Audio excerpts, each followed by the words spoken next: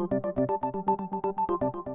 former New Orleans mayor, who became the face of the ravaged city after Hurricane Katrina, was sentenced to a decade in prison Wednesday. Ray Nagin was sentenced to 10 years behind bars. He was convicted in February of accepting hundreds of thousands of dollars in bribes from businessmen who wanted work from the city. On top of the federal prison time, the U.S. district judge also ordered the 58-year-old to pay more than $82,000 in restitution for his crimes. Back in February, Nagin was convicted on 20 of 21 federal corruption charges that took place both before and after Katrina devastated New Orleans in 2005. According to Fox News, authorities say he accepted bribes, free trips, and other gifts from contractors after helping them secure millions of dollars in city work while he was mayor.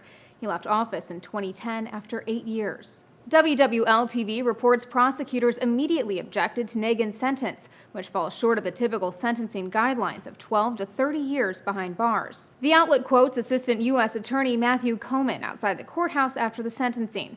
What Ray Nagin did was sell his office over and over and over again. The damage that Ray Nagin inflicted upon this community is incalculable. But the judge determined the evidence did not show Nagin was the mastermind behind a corruption scheme.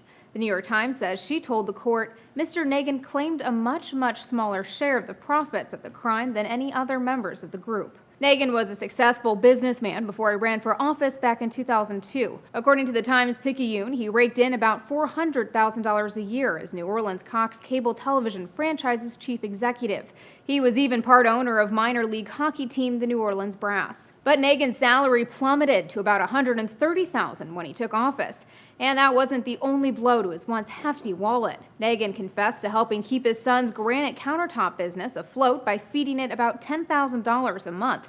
The business ultimately failed and all that money was lost. And as he heads to prison, Nagin will leave his family to deal with his finances. After his conviction, the lender on his family's home in Texas sought to foreclose on the property, and his wife has filed for bankruptcy after the trial. Add the more than $82,000 fine to all that, and you get a pretty hefty financial burden. WWL-TV obtained a copy of a letter written by Nagin's wife dated July 1st. "We are mentally and financially drained. We've exhausted our savings borrowed from our family. We have even sold much of our furniture and all of our jewelry with the exception of our wedding rings." Nagin is scheduled to report to Oakdale Federal Prison in Louisiana September 8th. For Newsy, I'm Elizabeth Hagedorn, multiple sources, a broader view.